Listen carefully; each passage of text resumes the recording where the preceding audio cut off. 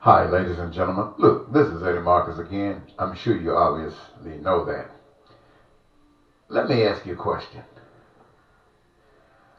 What is it that can have such a hook on human beings that they cannot see the most obvious?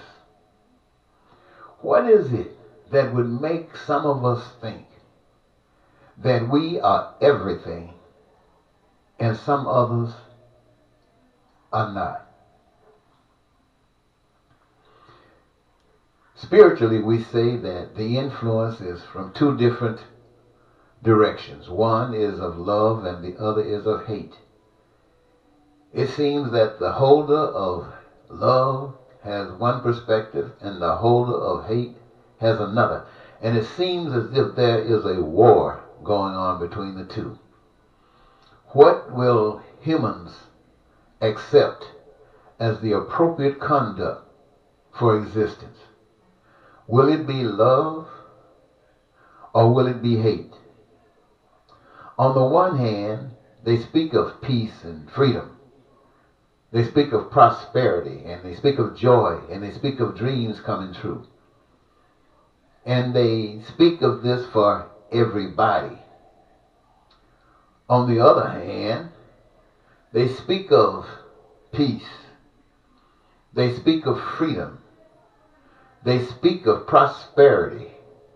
They speak of joy of life. And they speak of the fulfillment of dreams. Both speaking the same thing. On the one hand, they say it's for everybody. On the other hand, they say it's for some.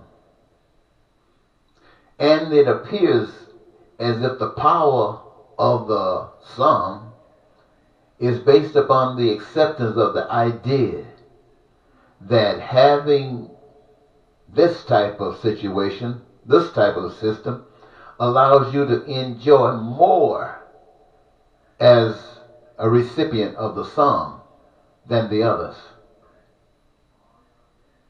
The question becomes, how much more can you enjoy? It's almost like, if I wanted to use an example, sex. For those of you who love sex, the first time will never be duplicated. And yet there are people who go struggling and striving forever and ever, over and over and over again, repeating, trying to get what they got the first time.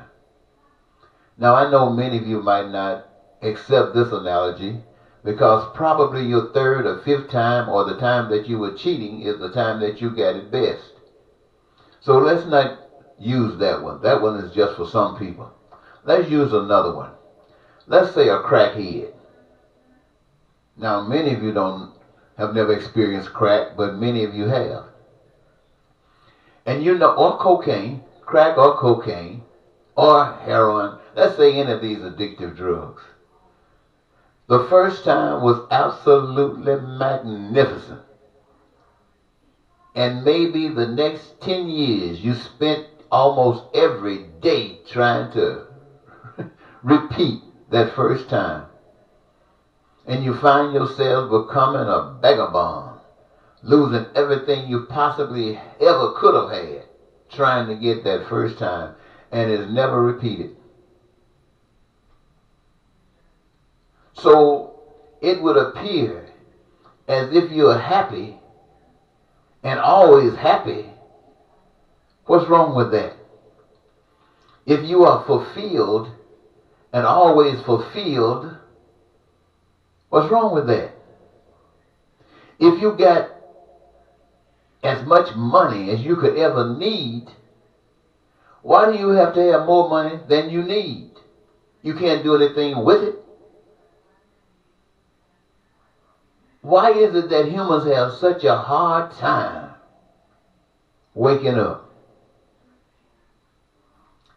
Those of you who are filthy, filthy rich, What does that do for you, knowing that it's people at the bottom begging every day? How does that make you feel? Well, people on the other side look at you and say, you are nothing but the devil itself. I know you don't care, because what you say is that you got what they want. You got access, and they don't. Let me ask you this. What kind of God would you like?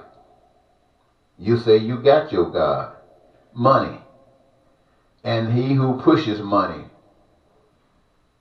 But if you found yourself at the bottom, what kind of God would you want? Would you want the kind of God that says at the bottom is where you belong and that's where you will stay? Or would you want a God that looked at you and said, this is wrong, we got to find another way, and came up with a way to lift you up out of the mire and brought you into the stream of life? Which God would you choose? I'm sitting up watching all the crazy stuff they put before us on YouTube or Facebook or television or radio. And it's always the same. It's always somebody trying to take advantage of another.